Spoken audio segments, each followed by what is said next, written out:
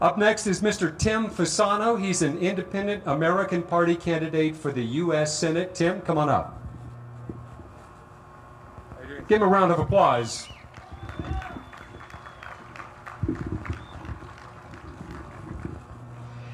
Ladies and gentlemen, let's give a hand of appreciation to the people that have spoken so well today.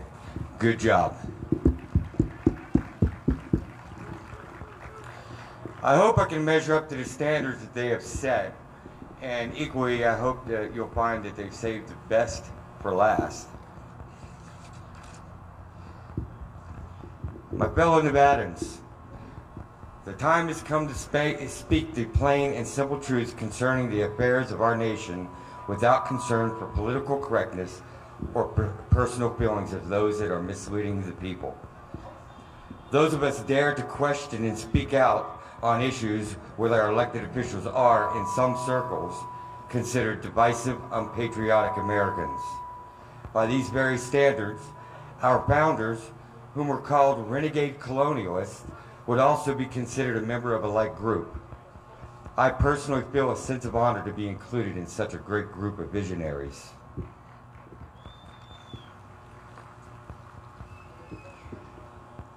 We now find ourselves in a similar but different battle in comparison to the one our forebears fought. Our forefathers decided a course in opposition to a clearly identified foreign tyranny. We, on the other hand, find ourselves in an ideological battle, complicated by a domestic tyranny which roots are firmly set in a progressive movement that started in the turn of the previous century. If left unchecked by we the people, the tyranny of an overbearing government and influence of a movement whose goal is to transform our system of government to a more socialist state will only worsen over time. We must identify our opposition. The progressives, as they like to refer to themselves, follow the teachings and lead of people like Saul Alinsky, George Soros, Wade Rathke, Bill Ayers, and John Podesta, to name a few. They use seditious tactics, such as the Cloward Piven strategy, designed to create crisis and wreak havoc on our government, and by destroying the nation's financial stability by overwhelming dependency on the nation's treasury. Their goal is to transform our society into a system they feel is more just and fitting to their ideals, which are counter to those of our founders. They use organizations like ACORN and the labor unions such as the Service Employees International Union and the New Black Panthers to openly strong-arm their agenda upon the American people and use our laws to cover their actions, which in many cases have been proven to be in violation of the law. The progressives are funded by organizations such as the Apollo Alliance, the Tides Foundation, and the Center for American Progress, with the list also going on and on. They have infiltrated and influenced our nation's press in a manner that can only be described as being fascistic to promote their brand of manipulated truths, half-truths, and out-and-out lies. At the most critical venture of the progressives was their ability to undermine our three branches of government. They methodically, over a long term, managed to corrupt the core instruments of the people. In our legislative branch, the influence of special interests coupled with individual greed, arrogance, and incompetence has proven to be a valuable tool to counter the will of the people and usurp the power not permitted or authorized by the Constitution. Our founders immortalized in the Declaration of Independence. But when a long train of abuses and usurpations, pursuing invariably the same object, evinces a design to reduce them under absolute despotism, it is their right, it is their duty to throw off such government and to provide new guards for their future security.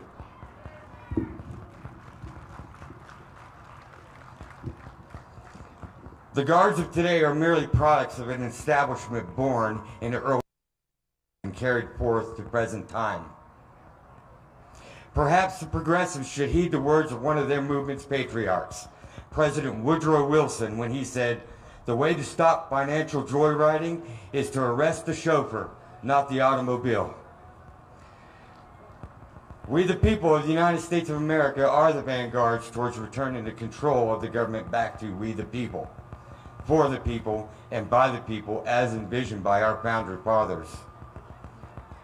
Our current and recent executive administrations and Congresses gave us bailouts of financial institutions and private corporations, unnecessary spending in the form of a $750 billion plus stimulus package, and unwarranted discretionary projects, government-run programs that devastated our nation's real estate markets and economy, which clearly affected the American dream, and practices that have been proven to be detrimental to capitalism and free markets.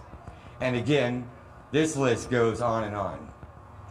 The task thrust upon us is to truly address the erosion of the spirit and intent of our Constitution.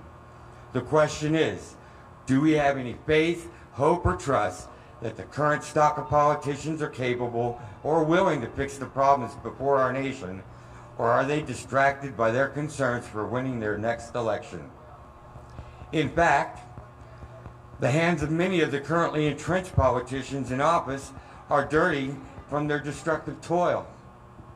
Our founders, in their wisdom, believed that service to the states and nation in a political environment was intended to be temporary, not a career. However, in our current Congress, in both the House and Senate side, we have elected individuals over and over again, with many having served from 35 to 50 years. Why is it that many politicians spend millions of dollars for a yearly salary of approximately $175,000?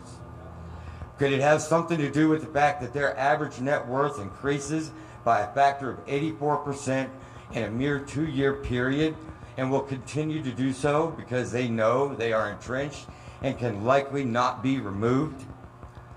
This suggests that they are absorbed with their own success and longevity in office, not representing the will of their constituents or acting in the best interest of their states or the United States of America. Instead, they are beholden to and represent the special interest groups who bankroll them in their drive to remain in office. They do not represent the people. To paraphrase a statement made by President Abraham Lincoln that clearly applies today, this has become a government of the people, by the politicians, and for the special interests.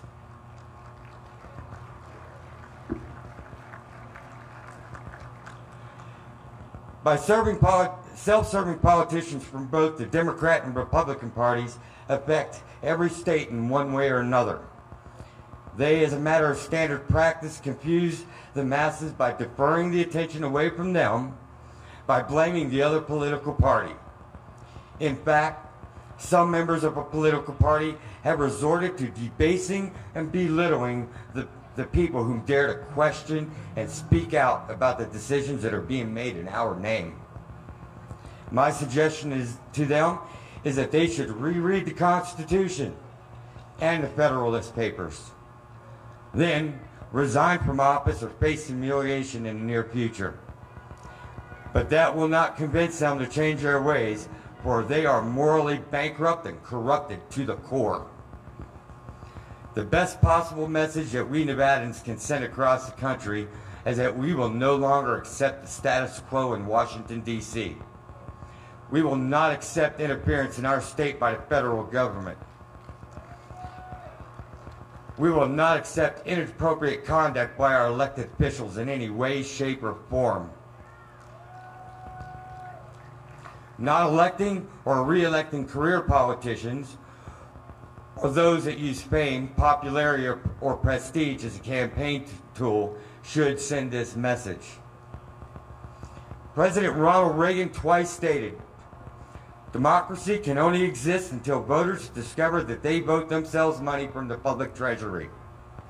From that moment on, the majority always votes for candidates promising the most money from the public treasury, with the results that a democracy always collapses over loose fiscal policy, followed by a dictatorship.